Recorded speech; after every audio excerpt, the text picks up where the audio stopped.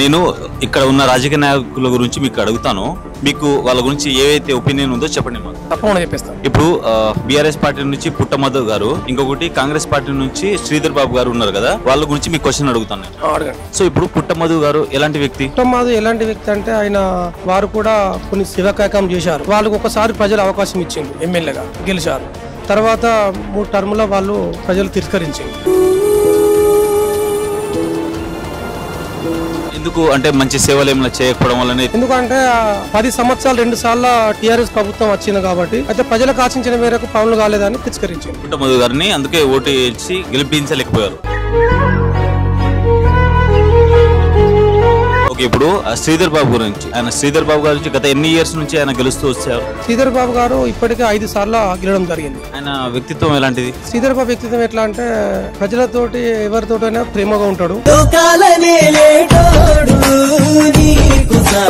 ఏ వర్గం మీద కూడా, ఎస్సీ ఎస్టీ మైనార్టీ వర్గాలు ఏ వర్గం మీద కూడా ఎవరిని కూడా దూషించాడు. ప్రేమతోటి కలిసి ఉంటాడు. యువ నాయకుడు.